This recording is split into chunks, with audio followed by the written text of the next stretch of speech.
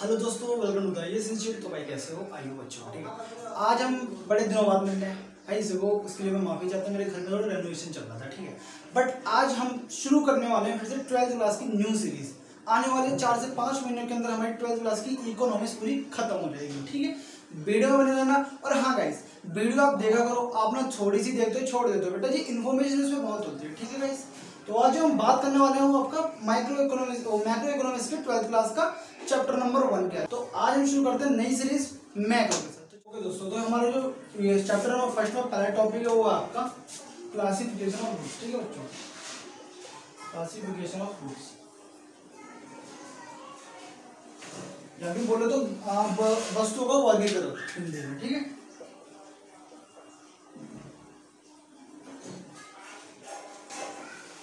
अब आप बताओ भाई, वस्तु इकोनॉमिक्स के अंदर कितने टाइप्स की होती है मेरे बच्चों? इकोनॉमिक्स के अंदर सिर्फ 4 टाइप की वस्तु होती है। पहला आपका कौन सा है?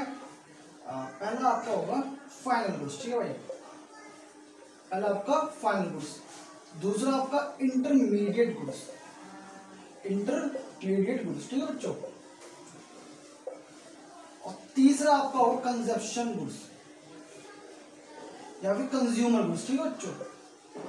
और मेरे भाई चौथा आप बताओ कौन सा होगा? सोचो, पढ़ते तो हुई हो, नहीं पढ़ते कोई ही मेथड पढ़ लेना। चौथा आपका है कैपिटल गुड्स, ठीक है भाई। अब मैं आपको की मीनिंग बता देता हूँ। पहला हम देखो फाइनल गुड्स क्या होता है। तो मेरे भाई देखो, फाइनल गुड्स वो सभी गुड्स होते हैं जिनमें अब वैल्यू ऐड होना बाकी नहीं है और वो अपने फाइनल प्रोडक्शन के लिए रेडी हो चुके हैं। एग्जाम्पल के तौर पे मार्कर है। ये मार्कर था, जब इसमें इंक नहीं पड़ी थी तो एक इंटरमीडिएट गुड्स था। क्यों?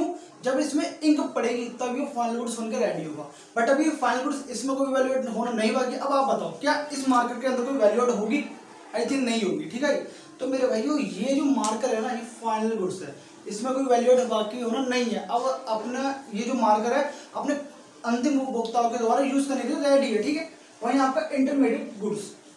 मेरे भाई देखो, मान लो कि कोई वो है किताब छापने वाला, ठीक है। वो क्या करता है, किसी व्यक्ति के पास जाता है जो किसी फैक्ट्री में आता है, बहुत ज्यादा पेपर देता है, पेपर वो बनाता है, ठीक। उस फैक्ट्री में जाता है, ठीक है बच्चों।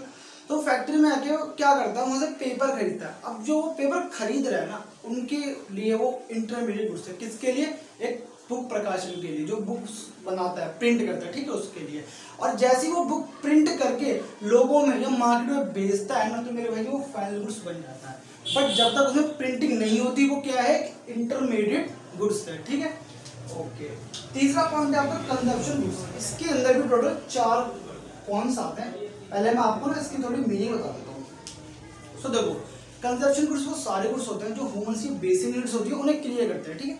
या फिर हम हिंदी में बोले तो आपके जो कंजप्शन गुड्स हैं वो सभी कंजप्शन गुड्स होते हैं जो मानवीय आवश्यकताओं को संतुष्ट करती है, ठीक है। ओके, तो उसके गुड्स हैं टोटल 4 है। पहला आपका है ड्यूरेबल कंजप्शन गुड्स,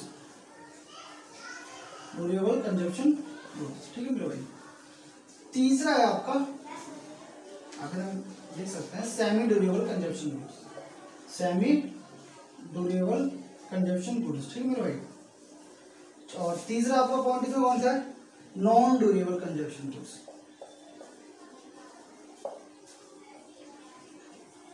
ठीक है। और चौथा आपका है सर्विसेज। अब आप बोलोगे भैया सर्विसेज कैसे हुआ? बात करेंगे, वो भी आगे बात करेंगे मेरे भाई। पहले हम इन तीनों के बारे में देखते हैं कि कंजप्शन गुड्स क्या होते हैं, ठीक है। कंजप्शन गुड्स अपने 4 टाइप्स के होते हैं। पहला आपका ड्यूरेबल कंजप्शन गुड्स, सेकंड आपका सेमी ड्यूरेबल कंजप्शन गुड्स, और थर्ड आपका है नॉन ड्यूरेबल कंजप्शन गुड्स, और चौथा आपका कौन सा है? सर्विसेज। पहले देखते हैं ये गुड्स कौन से होते हैं भाई, ड्यूरेबल कंजप्शन गुड्स कौन से होते हैं, ठीक है। ये पहला हम लोग क्वेश्चन मिलता है। तो मेरे भाई देखो, ड्यूरेबल कंजप्शन गुड्स वो सभी गुड्स होते हैं जिनका जो एक्सपेंस या फिर बोलो जो उनकी कीमत होती है वो भी एकदम हाई होती है और वो आने वाले 5 से 6 सालों के लिए चलते हैं। एग्जाम्पल के तौर पर फर्नीचर ले लीजिए, अपनी कार ले लीजिए, बाइक ले लीजिए। अब वो क्या है, वो आने वाले 5 से 6 सालों तक चलेगी बट उनकी कीमत भी ज़्यादा है, तो वो आप क्या है? ड्यूरेबल कंजप्शन गुड्स, ठीक है। फिर एक आपका सेकंड पॉइंट आता है सेमी ड्यूरेबल कंजप्शन गुड्स। मेरे भाई सेमी ड्यूरेबल कंजप्शन गुड्स कौन सा आप बताओ? हाँ देखो, सेमी ड्यूरेबल कंजप्शन गुड्स वो सभी गुड्स होते हैं जिनकी कीमत जो होती है ना वो एकदम ये लो होती है ना, ज़्यादा हाई नहीं होती और ना ही ज़्यादा लो होती है, बोलो तो इस बीच में होती है, ठीक है। और जो उनके समय काल होता है, अभी जो उनकी लाइफ टाइम होती है वो कितनी होती है, 1 साल या उससे कम के लिए। एग्जाम्पल के तौर पे आप सीजन वाइज कपड़े ले सकते हो। सर्दियों में जो कपड़े लेते हो, एक सीजन चलाते हो, दूसरे सीजन फेंक देते हो, नए लेके आते हो, सीजन में खरीदते हो ना बच्चों। तीसरा पॉइंट है नॉन ड्यूरेबल कंजप्शन गुड्स। ये बेटा जो वो गुड्स होते हैं ना जो सिर्फ एक ही बार यूज हो सकते हैं, उसके बाद यूज नहीं हो सकते। अब मुझे आप एक एग्जांपल बताओ कि मेरे भाई ऐसा कौन सा गुड है जो सिर्फ एक ही बार यूज होगा, बताओ। अगर आप टिश्यू सोच रहे हो तो आप एकदम सही हो। पूछो कैसे? आप टिश्यू यूज करोगे, फेंक दोगे, क्या उसे उठा के वापस यूज करोगे? नहीं करोगे ना बच्चों। अब बात करते हैं सर्विसेज। तो मेरे भाई देखो, सर्विसेज नॉन मटेरियल्स होती है। ये वो सर्विस होती है जो हमारी इन आंखों से नहीं दे सकते, बट हाँ हमें पता है कि व्यक्ति हमें सर्विस दे रहा है। एग्जाम्पल के तौर पे आप कहाँ जाओ, डॉक्टर के पास जाओ। जब भी आप डॉक्टर के पास जाते हो, इलाज वगैरह चेकअप वगैरह करवाते हो, डॉक्टर आप चलता है बेटा जब अपनी आंखें खोलते हो वो आंखें का चेक करता है। अब आपको पता है कि वो क्या चेक कर रहा है? आपको नहीं पता, आप तो सिर्फ चेकअप कराने गए थे। वो आपको सर्विसेज दे रहा है ना, और बदले में आप उसे पेमेंट दे रहे हो। ठीक है बेटा जी, तो वही अपनी सर्विसेज है। सर्विसेज अपनी गैर भौतिक सेवाएं होती हैं जो हम प्राप्त करते हैं किनसे? प्रोड्यूसर से। प्रोड्यूसर कौन कौन हो गए? जो सर्विसेज दे रहे हैं, वकील ले लो, डॉक्टर ले लो, एटसेट्रा वगैरह। ठीक है बच्चों, तो मेरे भाई ये अपना क्लासिफिकेशन ऑफ गुड्स था। अब हम नेक्स्ट पॉइंट में बढ़ते हैं स्टॉक और फ्लो के बारे में, ये क्या होता है। ठीक है, हम देखते हैं कैपिटल गुड्स कौन से होते हैं। ठीक है बेटे, तो देखो उत्पादकों की स्थिर परिसंपत्तियां होती है हमारी कैपिटल गुड्स। क्या होती हैं? जो हमारे प्रोड्यूसर होते हैं उनके जितने भी फिक्स्ड एसेट होते हैं ना, वो हमारे कैपिटल गुड्स होते हैं। ठीक है बच्चों, एग्जाम्पल के तौर पर मशीन ले लो।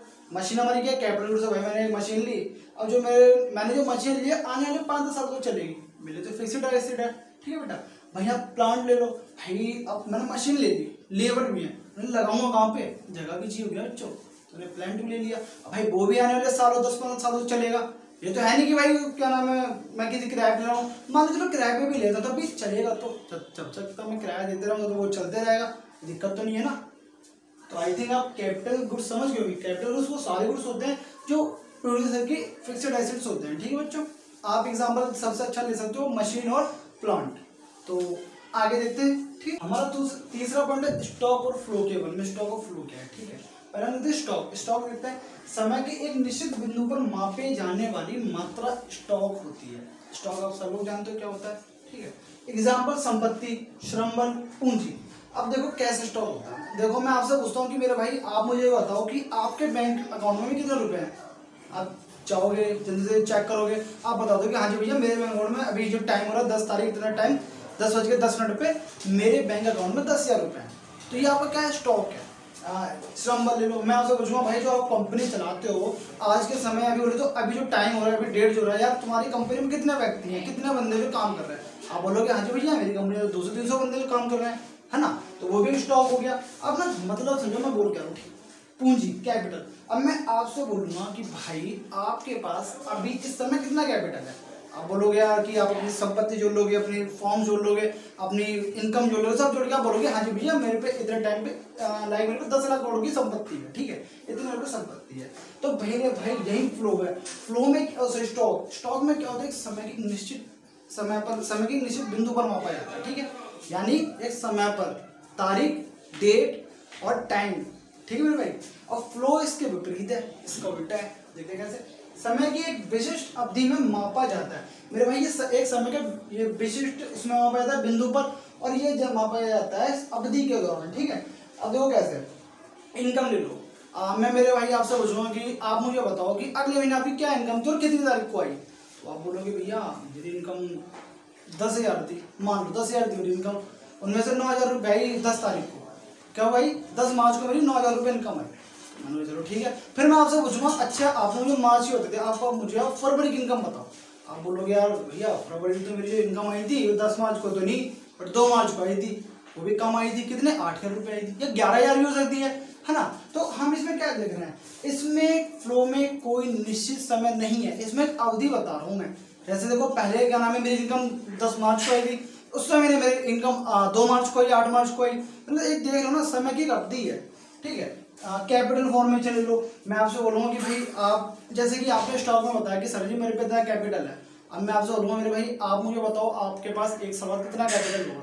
तो आप बोलोगे भैया ये तो मुझे पता नहीं, तभी तो पता होगा जब आप कैपिटल फॉर्मेट करोगे, कैपिटल बनाओगे बच्चों, है ना।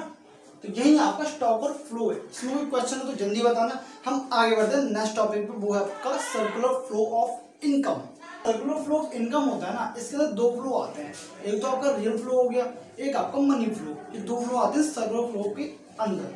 अब मेरा वही देखो, पहले मैं फॉर्म्स और हाउस होल्ड से पहले आपको कुछ एक बातें बताता हूँ। जो इकोनॉमीज होती है या फिर इकोनॉमी होती है किसी भी देश की, उसके अंदर टोटल 4 सेक्टर आते हैं। पहला हाउस होल्ड आ गया, फार्म्स आ गया, और गवर्नमेंट आ गई, और चौथा आपका आ गया world, rest of the world. ठीक है, ओके, एक्स माइनस सर्विस हम फाइंड करते हैं। बट हम जो चैप्टर पढ़ेंगे उसके अंदर सिर्फ हम 2 सेक्टर इकोनॉमी के अंदर बात करने वाले हैं। ठीक, 2 सेक्टर इकोनॉमी में कौन कौन से आते हैं, फार्म्स और हाउस होल्ड। अब देखो मेरे भाई, ये हाउस होल्ड में क्या करते हैं, जो ये घर वाले व्यक्ति, जो परिवार जन होते हैं, क्या करते हैं, ये अपनी सेवाएं, कारक सेवाएं देते हैं। क्या देते हैं, कारक सेवाएं। किसे देते हैं ये कारक सेवाएं, अपनी, बताओ मेरे बच्चों, कारक सेवाएं देते हैं ये अपनी फार्म्स को या फिर प्लांट वगैरह को। ठीक है, फार्म्स आपके या प्रोड्यूसर वगैरह को। ठीक है, बदले में फार्म्स ने क्या देती है, अब भैया हाउस होल्ड या सेवाएं भी दे रहे हैं, फ्री में तो देंगे नहीं, जरूर कुछ ना कुछ ना बेनिफिट करवाएंगे, तो उन्हें सर्विसेज के बदले उन्हें कारक, उन्हें फैक्टर इनकम मिल रही है। ठीक है, या फिर बोलो तो कारक आय। ठीक है बच्चों, अब देखो फार्म्स क्या कर रहे हैं, फार्म्स क्या कर रहे हैं बेटा, कारक आय दे रहे हैं किसी हाउस होल्ड को। ठीक है बच्चों, अब देखो ये अपना क्या है, ये आपका है मनी फ्लो। क्या है बच्चों, मनी फ्लो। अब हम बात करते हैं रियल फ्लो के बारे में। वैसे रियल फ्लो मनी फ्लो क्या, हमें बस सर्कुलर फ्लो इनकम देखना है, तो हमें जो दोनों पॉइंट्स है ना, रियल और मनी, ये एक के ही अंदर डालने पड़ेंगे। अब मैं आपको बताता हूँ, देखो कैसे। हमारे हाउस होल्ड थे, कारक सेवाएं दे रहे थे, बदले में फॉर्म्स क्या दे रहे थे उन्हें, फैक्टर या फिर कारक आय दे रहे थे, फैक्टर इनकम दे रहे थे। ठीक है बच्चों, अब देखो जो फैक्टर इनकम हाउस होल्ड पर आई, तो वो उनका क्या यूज करेगा, भाई आप कहीं काम करने जाते हो, महीने का जो 15-20 जो भी कमाते हो, आप उसका क्या यूज करते हो, expenditure of goods and services, है ना। गुड्स और सर्विसेज पे आप खर्च करते हो ना बच्चों, तो यहाँ पे आप लिख देना expenditure of goods and services. ठीक है बच्चों, हाउस होल्ड क्या करते हैं, गुड्स और सर्विसेज पे खर्च करते हैं, और जो पैसा जाता है किस पे, फॉर्म्स पे। क्यों, क्योंकि फॉर्म्स ही है जो गुड्स और सर्विसेज क्रिएट कर रहा है। ठीक है बच्चों, अब देखो फॉर्म्स, हाउस होल्ड क्या कर रहे हैं, इनके पास सेवाएं दे रहे हैं, सेवाओं में भाई क्या क्या दे सकते हैं, अपनी लेबर्स दे सकते हैं, कैपिटल्स वगैरह दे सकते हैं, है ना। और फॉर्म्स बदले में क्या इंक्लूड करता है, क्या वो करता है, बनाता क्या है, फॉर्म्स गुड्स और सर्विसेज क्रिएट करता है। ठीक है बच्चों, एक सेकंड मेरे भाई,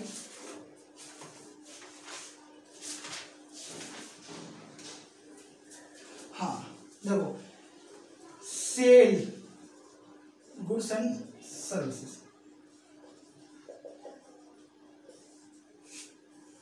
समझे।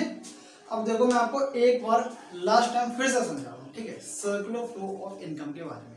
तो मेरे भाई देखो, सर्कुलर फ्लो ऑफ इनकम हम जब पढ़ते हैं अपने जो बुक के अंदर है, वो 2 सेक्टर मॉडल के अंदर पढ़ते हैं, फॉर्म्स और हाउस होल्ड। अब मेरे भाई हाउस होल्ड क्या करते हैं, अपनी कारक सेवा, फैक्टर सर्विसेज देते हैं किसे, फॉर्म्स को। अब बदले में फॉर्म्स ने क्या देता है, फैक्टर सर्विसेज के बदले फैक्टर इनकम या फिर कारक का है। अब मेरा भाई देखो, कारक है जब हाउस होल्ड पे आ गया, या फिर बोलो तो हाउस होल्ड पे पैसा आ गया, तो उन पैसों का हाउस होल्ड क्या करेंगे, बताओ बेटा जी, उन पैसों का वो एक्सपेंडिचर करेंगे गुड्स और सर्विसेज पे। क्या करेंगे, वो खर्चा करेंगे वस्तुओं और सेवाओं को कंज्यूम करने में। ठीक है, और जो पैसा, जो खर्चा है, जो पैसा जाएगा किसमें, फॉर्म्स पे, क्योंकि भाई देखो गुड्स और सर्विसेज क्रिएट कौन कर रहा है, फॉर्म्स कर रही है, क्रिएट करके सेल किसे कर रही है, हाउस होल्ड को। ठीक है, जो ये फॉर्म्स वगैरह होते हैं इनका मेन गोल ही क्या है, ये क्यों बना रहे हैं आइटम्स, हाउस होल्ड्स के लिए तो बना रहे हैं, ये तो है नहीं कि ये सारे प्रोड्यूसर के लिए बनेंगे, आइटम्स किसके लिए बन रहे हैं बताओ आप, कोई भी गुड्स ले लो, कोई भी सर्विस ले लो, भाई ने कंज्यूम कौन कर रहा है, हाउस होल्ड, बना भी कौन रहा है, हाउस होल्ड। फिर ये भाई देखो हाउस होल्ड क्या कर रहे हैं, सेवाएं दे रहे हैं, मान लो कि वो अपने लेबर फोर्स दे रहे हैं, तो लेबर के तौर पे फॉर्म्स में क्या कर रहे हैं, चीजें बना रहे हैं, काम कर रहे हैं, बदले में उन्हें पैसा मिल रहा है। ठीक है मेरे भाई, मतलब टोटल देखा जाए तो जो हमारे इकोनॉमिक्स के अंदर है ना, ये एक चक्र के अंदर गोल गोल घूमते रहता है, इसे ही हम सर्कुलर फ्लो ऑफ इनकम कहते हैं, इनकम का चक्रीय प्रवाह या फिर आय का चक्रीय प्रवाह। ठीक है, तो मेरे भाइयों आज की इस वीडियो में इतना ही, और नेक्स्ट वीडियो में देखेंगे नेशनल इनकम के बेसिक एग्रीगेट्स के बारे में। ठीक है, क्या देखेंगे, बेसिक एग्रीगेट्स के बारे में। आपको मैं एक छोटा सा पॉइंट बता देता हूँ यहाँ पे, इन्वेस्टमेंट। ये वैसे था नहीं बट मैं बता रहा हूँ, ठीक है। हमारे सिलेबस में ग्रोस इन्वेस्टमेंट, बट पहले मैं इन्वेस्टमेंट समझना पड़ेगा। इन्वेस्टमेंट बताओ क्या होता है, बताओ। एक साल के अंदर जो हमारी पूंजी होती है ना, उसका जो स्टॉक होता है उसमें जो वृद्धि होती है उसे हम इन्वेस्टमेंट कहते हैं। या फिर हमारा जो कैपिटल गेन होता है ना, दैट इज इन्वेस्टमेंट। ठीक है बेटे, ओके। अब देखो हमारे जो सिलेबस में है वो है आपका ग्रोस इन्वेस्टमेंट, ग्रोस इन्वेस्टमेंट। अब मेरे भाइयों देखो, पहले हमें देखना पड़ेगा नेट इन्वेस्टमेंट कैसे निकलता है। आपकी जितनी भी मशीन्स हैं, आप एक उत्पादक हो, आप एक प्रोड्यूसर हो, आपकी जितनी भी मशीन्स हैं ना, उनसे जो प्रोड्यूस हो रहा है, जो भी आइटम प्रोड्यूस हो रहा है, जो मार्केट में बेचने के लिए जा रहा है, उनसे जो भी पैसा आ रहा है वो आपका इन्वेस्टमेंट होगा। बट ग्रोस इन्वेस्टमेंट में क्या होगा, जो हमारे फिक्स्ड एसेट्स थे ना, उनके स्टॉक में वृद्धि, समझे, जो उनके कैपिटल्स थे ना हमारे फिक्स्ड एसेट्स में, उनके स्टॉक में वृद्धि हमारा ग्रोस इन्वेस्टमेंट है। ठीक है, और नेट इन्वेस्टमेंट निकलता है इन्वेस्टमेंट प्लस में, इन्वेस्टमेंट में से माइनस कर दो ग्रोस इन्वेस्टमेंट, आपका नेट इन्वेस्टमेंट निकल जाएगा।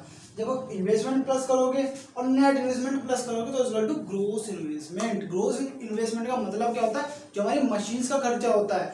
नेट इन्वेस्टमेंट का मतलब क्या होता है, अपना जो टोटल प्रॉफिट है, जो भी अपना इन्वेस्ट, जो भी हमने करा है, वो करा निवेश वगैरह, उनमें से हम अपना मशीन का खर्चा निकाल देंगे तो हमारा शुद्ध निवेश आ जाएगा। ठीक है मेरे बच्चों, तो बेटा आज की वीडियो में इतना ही। आई होप आप सबको समझ आया होगा, नहीं समझ आया ये बता देना, मैं फिर से वीडियो बना दूंगा आपके लिए।